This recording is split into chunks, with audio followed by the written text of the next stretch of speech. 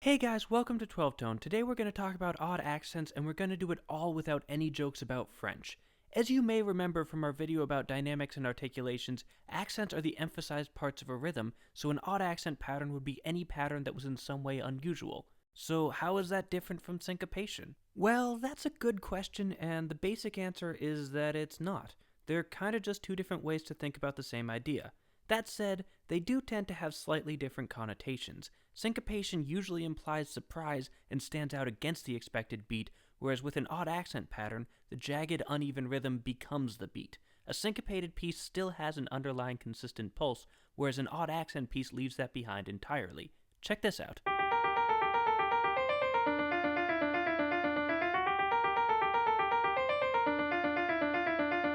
Instead of the accents on beat 4 and beat 1, we have one accent on the 8th note in between. This breaks up our usual groups of 2 with a pair of 3s, but if you listen to it,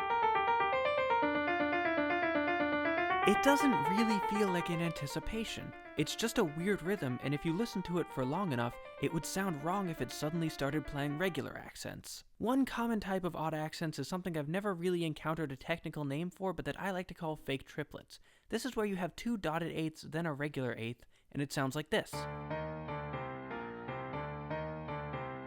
This kind of tries to approximate quarter note triplets, but it's not quite evenly divided and leaves you with a sort of lurching feel. You can also combine it with regular 8ths for an interesting push-pull dynamic.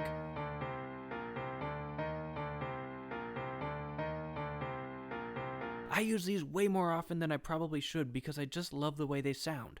I like them for their dark, jagged feel, but they can also sound pretty happy and are used frequently in Latin and Tejano music, especially in the bass. Speaking of Latin music, this brings us to probably the most popular odd accent pattern, the clave. The clave originates in Cuban music, and considering the rhythmic complexity of that style, it can get pretty intense, but the basic clave, known as the son clave, is something you're almost certainly familiar with.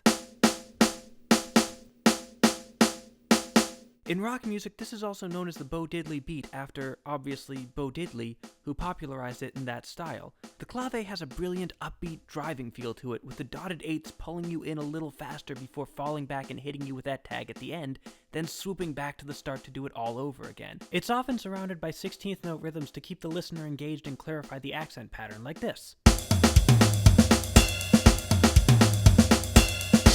The clave works best at high speeds, but odd accents are probably even more useful slow. Check out this arpeggiation pattern, which you may recognize from a certain Coldplay song.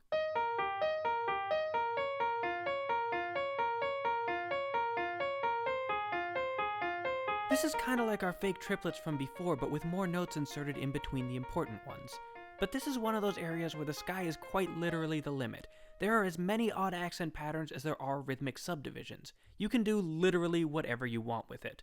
2 8th notes, 3 quarter note triplets, then 2 more 8th notes? Sure, why not? Divide the 16th notes into groups of 4, 3, 4, 3, and 2? Go ahead!